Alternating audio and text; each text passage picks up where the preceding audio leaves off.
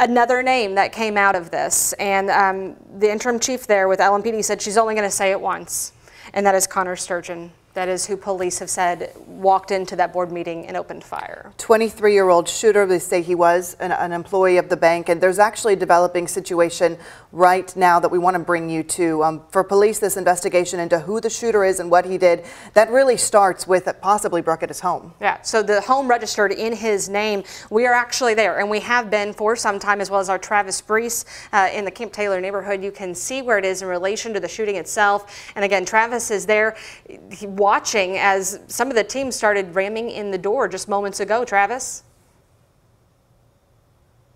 That's right, Brooke. It was about 45 minutes ago, maybe about an hour ago at this point. We were here just waiting, and then we saw an LMPD SWAT car roll through.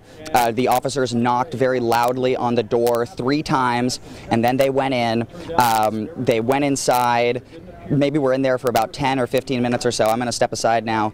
The scene has calmed down a lot. We believe that it's only a forensics team here at the moment, but if we do have the video of the officers arriving, I hope we can pull that up right now. The officers went inside, maybe about 20 of them in full tactical gear. They came out. They weren't really carrying anything, is one thing we noticed. You know, they didn't have any big filing boxes or anything like that. After the officers came back outside, they did go inside with a canine team, a German Shepherd, and then that dog came back out quickly. You know, a lack of bringing things out of the house, at least as far as we saw. But there is a forensics team here now on scene at the moment.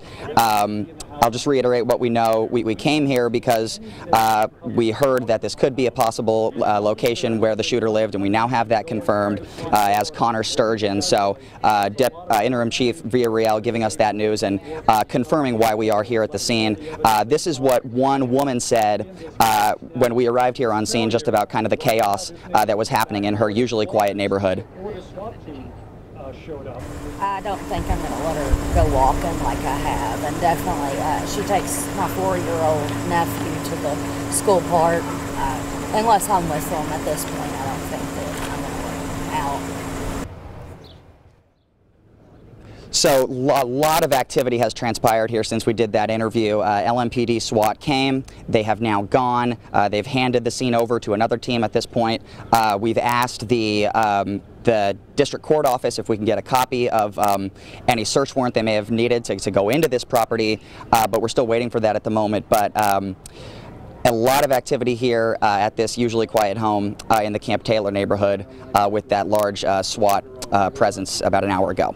Reporting live in the Camp Taylor neighborhood, Travis Brees, WHAS 11 on your side. All right, Travis, thank you very much for that update. That's an incredibly active scene right there as they are just now, Brooke, getting into the house, finding out exactly what happened, what kind of plans there could have been. You know there's always some evidence that could come out of that home. We do want to go back to our Isaiah Kim Martinez, who was listening at that news conference just moments ago with so many people involved and the emotion still running high hours later. Isaiah, what can you tell us?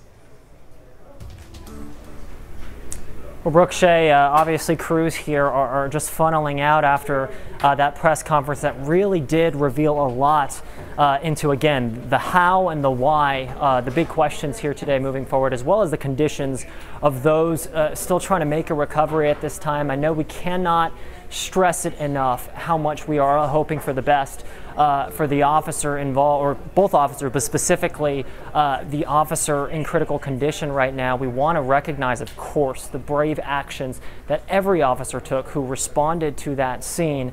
But of course we are, and we have to let folks know at home too, essentially some of the insight into what potentially led up to this. And sadly, that is, you know, talking more about the shooter in this case. Mayor Greenberg described the act as a targeted act of violence, didn't elaborate on what that could mean when it comes to motive. We do know the shooter again was 23 years old. We know he was employed with Old National Bank.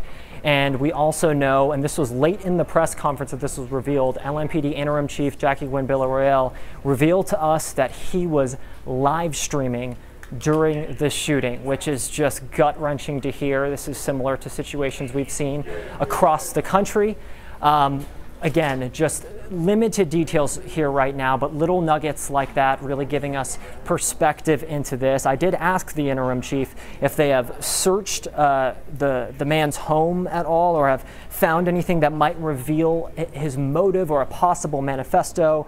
Nothing like that was revealed. She wouldn't answer that question, saying that they're continuing to investigate and look into this. She did say a quote, and I want to read it to you right now. She said, quote, "This shouldn't continue to happen. Evil cannot take over our city."